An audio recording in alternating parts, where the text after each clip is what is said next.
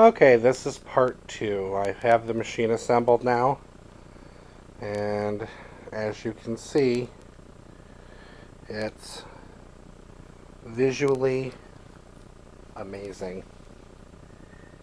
It is just by far one of the nicest Eurekas I have seen in many, many moons. And of course, this is a higher end model, so it has a switch in the handle and the Hooverish cord. Beautiful floral bag. Dial-in app. Beneath, it has the distribulator, and it's clean as a whistle. So now I'm going to do a quick vacuuming with it so you can see it in action. And hold on just a moment.